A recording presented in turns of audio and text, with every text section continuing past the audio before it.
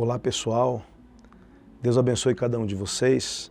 Eu sou Hugo, sou bispo da Comunidade Evangélica Sara Nossa Terra, aqui no estado de São Paulo. Fui convidado aqui pelo programa a participar aqui desse momento precioso, quando a gente vai abordar um tema bastante desafiador, escatologia. Esse nome parece ser estranho, né? Mas é um tema de extrema importância a todos nós. Por que é importante entender-se escatologia? Essa palavra escatom, né, e logia você sabe que é estudo, escatom é fim ou tempo do fim. E quando se usa esse termo escatologia, você está usando um termo que está vinculado a no mundo acadêmico, né, quando você vai ensinar escatologia, você está falando a visão que se tem do tempo do fim através do que a Bíblia revela. E nós aqui queremos muito abordar esse tema na visão de Jesus Cristo, já que Ele é o enviado do Pai, aquele que foi enviado pelo Senhor, para revelar plenamente o Criador. Então, quando Jesus veio para a Terra, Ele veio para manifestar e trazer a revelação das boas novas. E o Evangelho, ele é maravilhoso. É ele que traz a mensagem da maneira, o caminho que conduzirá o homem à plena conexão com o seu Criador. E quando Jesus conviveu aqui na Terra durante 3 anos e meio, logo no final, já prestes a ser crucificado, ele faz uma visita ao templo. O templo de Salomão havia sido destruído por Nabucodonosor, reconstruído por Zorobabel, né? E Zorobabel, ele era o governador da época, na região da Judéia, nomeado pelo rei da Assíria, né? Então, é interessante você entender que quando esse rei determina a reconstrução do templo, esse templo é reconstruído. E ele é reformado por Herodes. Herodes foi o rei que Jesus encontra quando ele nasce, né? E morre exatamente na época do nascimento de Jesus Cristo. E o filho dele assume ali o reinado da Judéia, aquela região. E ele fez um templo muito suntuoso, muito bonito. E é esse templo, né, que Jesus vai visitar. Você vê essa narrativa no Evangelho de Mateus, no capítulo 24. Quando Jesus olha para aquele templo, né, e ele está ali visitando aquele templo, os seus discípulos, né, como diz aqui em Mateus 24, diz, tendo Jesus saído do templo, quer dizer, ele fez uma visita, o templo era maravilhoso, ia se retirando quando se aproximaram dele os seus discípulos, para lhe mostrar as construções do templo. A construção era magnífica. Eu já tive a oportunidade de estar ali. É um lugar maravilhoso, bonito. Hoje, você imagina a época, quando era uma coisa muito bem feita. Mas Jesus dá uma resposta estranha. Jesus diz assim, vedes tudo isso? Ele diz, em verdade vos digo que não ficará aqui pedra sobre pedra que não seja derrubada. Então, quando Jesus faz essa previsão a respeito da destruição do templo, os discípulos, eles ficam constrangidos ali, fica um clima meio estranho entre eles, e Jesus vai para um monte ali próximo, chamado Monte das Oliveiras, e ali próximo do Monte das Oliveiras, ele está sentado, os discípulos fazem para ele uma pergunta que abordam 3 situações. Então, quando você vai estudar o tempo do fim, todos nós entendemos que é importante entendermos tudo que a Bíblia fala, o que Paulo falou, o que Pedro disse, todos os demais profetas, como Zacarias e entre outros profetas, Isaías, etc. Mas quando nós vemos o que Jesus falou, isso chama muito a nossa atenção. Então, para você ter uma abordagem clara sobre escatologia, é importante você saber o que Jesus falou sobre isso. Porque quando você vai falar sobre o tempo do fim, você precisa entender algumas terminologias que podem ser confusas. Quando você lê Hebreus capítulo 1, ali nós vemos que nos últimos dias Deus nos falou por meio de Jesus. Então, os últimos dias começam quando Jesus veio para a Terra. Lá em primeira epístola de João, nós já vemos o outro tempo, né? O outro terminologia, quando ele fala já é a última hora. Então, Hebreus 1 fala de últimos dias e 1ª Epístola de João fala última hora. Entendendo-se, então, escatologicamente, que quando fala-se em últimos dias, necessariamente já se passaram mais de quase 2000 anos, né? Basicamente se passaram quase 2000 anos.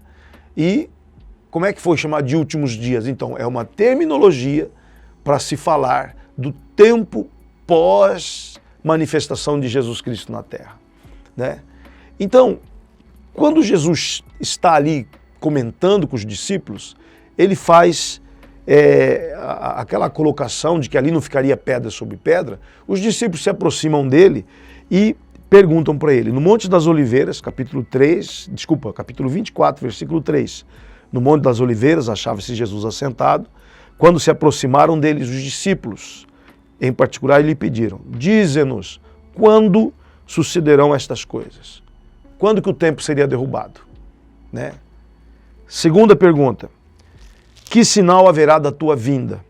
Terceira pergunta, a consumação dos séculos, quando será? Então, essas 3 perguntas acabam sendo um roteiro para todo aquele que quer entender um pouquinho de escatologia. Você quer entender o tempo do fim, você vai ter que passar por essas 3 perguntas. Né? Quando eles falem, quando sucederão estas coisas, e aí, no versículo 4, Jesus começa a responder imediatamente a eles. Jesus não reluta, Jesus não retruca, Jesus não fala assim, não, você não tem que se preocupar com isso não é um assunto importante, não, vocês vão entender. Não, Jesus em momento nenhum faz isso. Ele imediatamente responde à pergunta, quer dizer, ele gostou da pergunta dos discípulos, porque ele passa a trazer revelações poderosíssimas e importantíssimas para aqueles que querem entender o tempo do fim através das profecias de Jesus Cristo. Então, algumas passagens bíblicas são muito importantes quando Jesus faz a abordagem sobre o tempo do fim. Então, Mateus 24 é uma delas, Lucas 17 é outra, Lucas 21, Marcos capítulo 13. Então, essas são as passagens bíblicas que nós devemos mergulhar para entendermos essas respostas, né? Porque o que é interessante é que a primeira resposta de Jesus, no versículo 4, ele diz, vede que ninguém vos engane.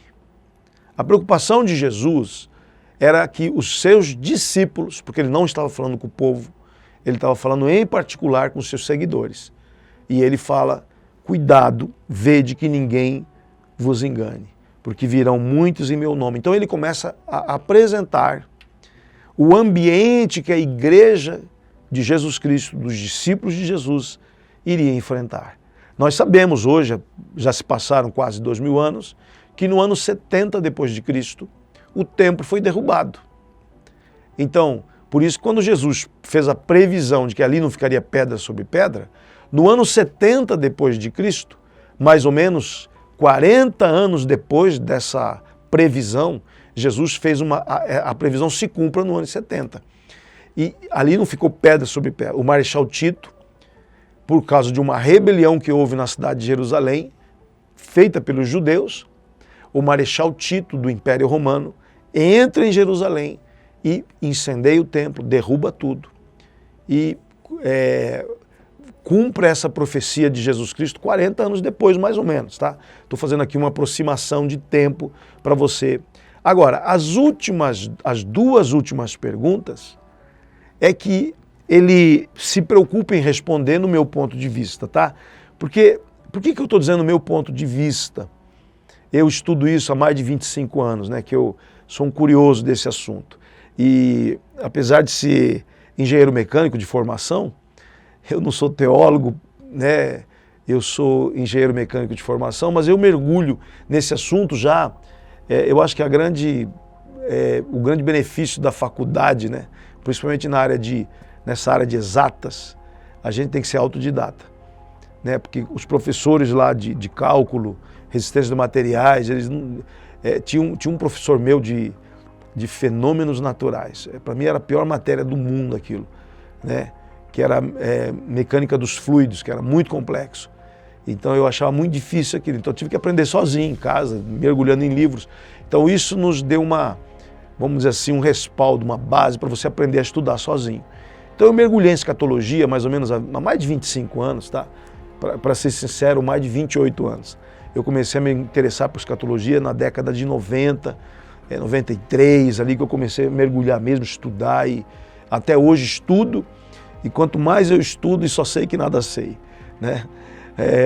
De tão profundo, de tão complexo que é esse assunto, mas que você pode ter um panorama, uma compreensão do que se entende de escatologia. Então, eu gosto de mencionar a fala de Jesus Cristo, porque ele é uma autoridade bíblica para falar de alguma coisa. Então, as profecias de Jesus devem ser consideradas por todas. Então, todos os teólogos que estudam escatologia, eles partem sempre da pessoa de Jesus Cristo para fazerem os estudos sobre as previsões feitas. Então, quando Jesus começa a responder no versículo 4, ele ignora a questão de quando o templo ia ser destruído. E ele parte para a segunda pergunta, que que sinal haverá da tua vinda e que sinal haverão da consumação dos séculos. Então aqui nós começamos a ver que os sinais, olha só, sinais são extremamente importantes para quem estuda escatologia, né? Então, quando ele começa a falar de sinal, ele começa a falar de engano. E aí casa com o que Paulo fala, o apóstolo Paulo fala, em 1 Tessalonicenses capítulo 2, quando ele fala de que o espírito do anticristo, ou a ação do anticristo, é segundo os prodígios da mentira, aonde haverá uma operação do erro sobre a humanidade, onde o certo vira errado e o errado vira certo. Paulo fez essa previsão lá no livro de Tessalonicenses, casado com o que Jesus disse, vede que ninguém vos engane. Então, o que é o engano? Eu gosto de dizer que o engano é o instrumento principal das trevas. A Bíblia diz que as coisas escondidas pertencem a Deus, mas as reveladas aos filhos de Deus. Deus é o Deus da luz, a luz que tudo revela. Deus revela o homem. Satanás engana o homem. Então, à medida que o reino de Deus se manifesta, ele traz revelação. E à medida que o reino das trevas, o império das trevas se manifesta, ele trabalha com engano.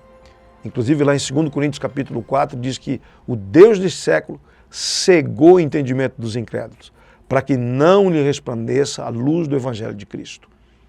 Então nós percebemos que o engano é o instrumento mais poderoso do império das trevas.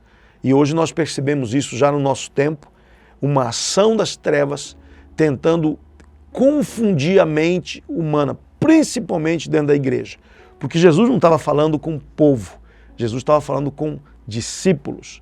Então ele estava dizendo, discípulos, cuidado para vocês não serem enganados. Então, isso aqui é uma das questões que mais me preocupam na caminhada cristã. Porque eu creio que todos nós podemos ser enganados. Porque se você acredita, não, eu nunca seria enganado, você está numa posição perigosa. Porque eu creio que todos nós devemos ter o temor para que não sejamos enganados. Às vezes enganados pelas nossas emoções, enganados pela nossa razão filosoficamente humana e racional, né? Então eu procuro muito ter o cuidado na minha caminhada cristã de não ser enganado. Porque esse é o ambiente que será utilizado nos últimos dias. Então, e ele diz, porque muitos virão em meu nome dizendo eu sou o Cristo, enganarão a muitos. E certamente ouvireis falar de guerras, rumores de guerras, e aí nós começamos a entrar em uma previsão que é muito ampla. Né? Quando veio a Primeira Guerra Mundial, lá na segunda década do século XX, muitos acharam que eram os sinais dos últimos dias. Quando veio a Segunda Guerra Mundial, a Segunda Grande Guerra Mundial na Europa, muitos escatologistas acharam que era final dos tempos. Então nós convivemos com guerras e rumores de guerras. Hoje vivemos uma guerra e a ameaça da Terceira Guerra Mundial. E isso serve apenas como um alerta, nunca como um sinal definitivo, né? Então, aí ele diz, vede que não vos assusteis, porque é necessário assim acontecer, mas ainda não é o fim. Olha só, porquanto se levantará nação contra nação, reino contra reino, e haverá fomes, terremotos em vários lugares. Temos convivido com esses sinais, eles têm sido normais, né? Aí ele diz, porém, versículo 8, tudo isto é o princípio das dores. Aqui nós vemos uma outra terminologia muito interessante de escatologia e que, devido a tudo que nós vivemos hoje, no século 21, a partir do ano 2000, quando veio aquele atentado contra as Torres Gêmeas, o ambiente que invadiu o mundo, né, de insegurança por causa do terrorismo. Então o mundo entrou num ambiente escatológico. Eu digo que hoje, desde o ano 2001, o mundo começou a viver uma incidência de terremotos já muito maior do que no século XX. Vivemos já essa realidade hoje. E aí você começa a perceber que as demais características se acentuaram de 4 anos para cá. Quais características? Essas aqui. Diz assim, sereis atribulados, vos matarão. Aconteceu muito isso quando o ISIS se manifestou, né? Muitos cristãos sendo martirizados em público, né? Sendo sacrificados em público. Aí diz assim, sereis odiado de todas as nações por causa do meu nome. Já vivemos um ambiente anticristão, né? Nos grandes organismos mundiais, existe já uma filosofia hoje anticristã. Muito já se fala hoje, em muitos meios intelectuais, que a era vivida do nosso tempo já é uma era pós-cristã. Então, para ser uma era pós-cristã, já que o cristianismo é a base das sociedades ocidentais de muitos séculos, para se destruir ou para se tirar essa influência da sociedade, terá que ser um movimento um pouco duro, né? Mas já se assiste isso hoje por meio de organismos mundiais muito conceituados. Um anticristianismo acentuado, que já chega nos meios de comunicação, já chega nos programas de televisão, já chega no meio do entretenimento. Então já vivemos uma era de filosofia anticristã. E o mundo acadêmico é o segundo passo, né? Porque toda a influência começa com a filosofia, depois vem para o mundo acadêmico, atinge as artes, quando chega nas artes, chega na população. Essa cadeia de influência é muito clara, né? Então, aí no versículo 10 ele diz, nesse tempo muitos hão de se escandalizar, trair e odiar uns aos outros. Nós começamos a perceber sinais que hoje no Brasil está muito claro, com essa polarização que nós vivemos hoje. Tem muita gente odiando, né, publicamente. Hoje o ódio, ele é escrito, ele é dito, ele é filmado, ele é identificado no comportamento das redes sociais.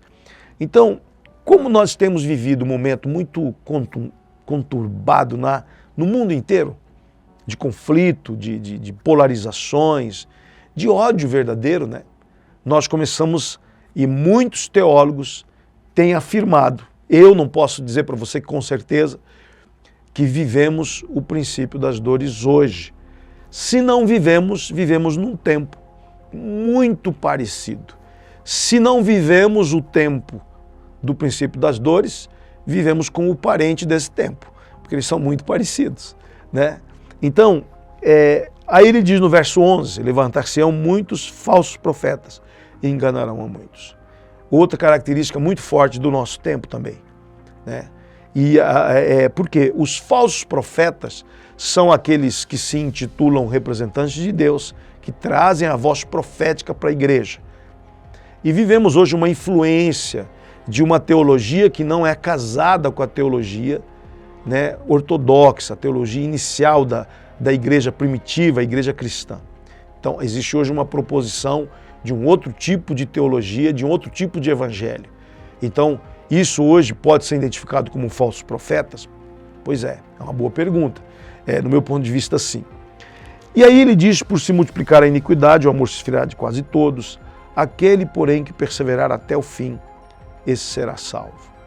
E aí ele sacramenta, dizendo, será pregado este evangelho do reino por todo o mundo, para o testemunho de todas as nações, então virá o fim.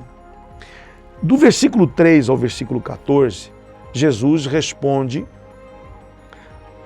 a segunda das 3 perguntas. Aparentemente ele ignora a primeira pergunta, de quando que seria destruído o templo, e aí ele começa a abordar o sinal das vindas dele. E a consumação do século ele aborda a seguir. Para concluir como sinal da vinda dele, ele faz para mim o versículo mais importante a ser considerado pela escatologia. Então, para você entender escatologia, você tem que entender o que Jesus falou.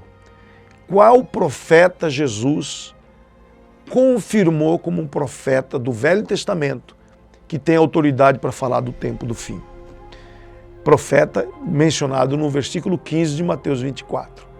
Ele diz: quando, pois, virdes o abominável da desolação, de que falou o profeta Daniel no lugar santo, quem lê entenda.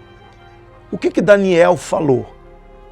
É a pergunta que se tem que fazer. Então, quando Jesus menciona Daniel, todos aqueles que estudam escatologia sempre vão ter a preocupação. O que Jesus falou? E agora, porque Jesus fala de Daniel, o que é que o profeta Daniel disse?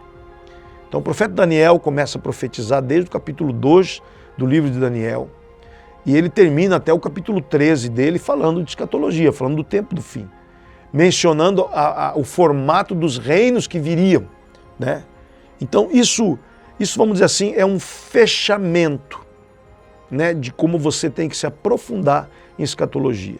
Agora, você que está aqui me ouvindo e pensando assim, mas o que eu tenho a ver com isso? O que isso tem a ver com a minha vida? O que isso tem a ver com a minha realidade do dia a dia? Eu tenho que batalhar todo dia, tenho que pagar minhas contas, tenho que cuidar da minha fé, para não fraquejar na minha fé. Pois é. Porque quando Jesus fala do tempo do fim, se ele menciona, é porque se eu não estiver atento, eu posso ser tragado pelo engano. E o engano virá como? Virá por meio de falsos profetas. E o engano virá por meio de uma teologia que parecerá uma teologia autêntica, mas ela vem com um engano por trás dela. Então, existe profetizado por Jesus Cristo que nós viveríamos num tempo de engano, viveríamos num tempo de falsos profetas e viveríamos num tempo de ódio contra os cristãos. Você está preparado para isso? Como você se prepara para isso? Por isso que é importante você conhecer escatologia, porque se você não entende, na escatologia que você descobre que Jesus falou, como foram nos dias de Noé, assim também será nos dias do Filho do Homem. Então você começa a descobrir segredos importantíssimos para você proteger teu coração, tua fé, de enganos, que pode estar no meio de comunicação, pode estar numa pregação de um pastor, que você acha fantástico pela internet. Nossa, como essa pessoa fala bem, olha como ele se coloca bem, mas como é que é a teologia dele? A teologia dele é pura? A teologia dele não está misturada com alguma coisa falsa? Você pode achar que esse relógio meu aqui é Rolex, de longe, claro que não é. Mas eu posso, aqui filmando, eu estou com um Rolex aqui, você não viu direito. Até parece um Rolex de longe, pelo formato. Então, o falso sempre parece com o verdadeiro. E quando eu não estou preparado, eu sou engolido por ele. Eu sou tragado por ele. O problema de você ser enganado filosoficamente é que você se apaixona por aquela ideia. Porque alguma coisa casou, alguma necessidade tua. Ninguém é enganado por aquilo que não o atrai. Você só vai ser enganado por alguma coisa que te atrai. Então, quando alguém falar algo muito bonito, muito interessante e que tem um anseio teu no meio daquela fala, você pode ser tragado. Você pode ser seduzido. E de repente, você vai descobrir que está vivendo um engano. Por isso que a escatologia é fundamental entendermos quais são os sinais, as advertências de Cristo, para não cairmos nas armadilhas que já foram previstas por ele. Jogo de traição, de ódio, como você vê hoje nas mídias, vale a pena entrar no jogo de ódio? É uma das previsões. Então, todo homem e mulher de Deus que entende escatologia não vai entrar nesse jogo de ódio, de polarização, de ofender pessoas, porque esse é um dos sinais característicos das pessoas que serão enganadas, pessoas que serão engolidas, por uma falsa teologia. E aqui diz, aquele que perseverar até o fim. Perseverar no quê? Por isso que quando Jesus fala aquele que perseverar até o fim, ele estava se referindo a uma perseverança clara, que é mencionada em Apocalipse, capítulo 3. Então, quando você vai entendendo a escatologia, você vai se preparando para viver, caso você tenha que viver esse tempo, está preparado para ela. A escatologia revela que Jesus voltará, mas antes ele vai arrebatar a igreja dele. Isso tudo não dá tempo da gente falar. Mas quando que ele vai arrebatar? Que sinal que vai acontecer para o arrebatamento? O que é arrebatamento? Né? Arrebatamento, que é mencionado na Bíblia, é quando Deus vai pegar aqueles que são escolhidos dele e levará para estarem com ele na Nova Jerusalém. Né? Quando que acontece isso? Que previsões Daniel fez a respeito desse tempo? Né? Tudo isso nós vamos juntando e vamos entendendo de como devemos nos preparar para esse tempo tão perigoso para a igreja. Porque a igreja vai ser provada, a Bíblia diz que o amor de muitos se esfriará, né? Eu já li para vocês isso aqui em Mateus 24. Então, mais do que nunca, é importante entender essa escatologia, para que não sejamos mais um, né, que cai em contos, em filosofias, em teologias liberais, confusas, que só acaba atrapalhando a tua caminhada e roubando a tua fé. Quero deixar essa pequena introdução para vocês e que Deus te abençoe, que Deus fortaleça e que nós possamos continuar esse assunto. Eu quero, fique ligado aí com a gente, porque a gente quer estar aprendendo cada vez mais sobre esse assunto tão precioso. Deus te abençoe, um beijo no coração e fica com o Senhor Jesus. Nós vamos falar na sequência os 3 temas que nós abordaremos nos próximos vídeos. Quais são a sequência dos tempos do fim, para você estar a par disso. Segundo, nessa jornada, como você se comporta, como você se prepara, como você se equipa espiritualmente, emocionalmente, né, e biblicamente para enfrentar esse tempo. E depois, além de me preparar, como farei para influenciar outros, para ser bênção na vida de outros, e como eu serei luz no meio de tanta confusão, como eu serei referencial para aqueles que estarão à minha volta. Então fique ligado, eu tenho certeza que você vai ser muito, muito abençoado através de tudo isso. Beijo no coração.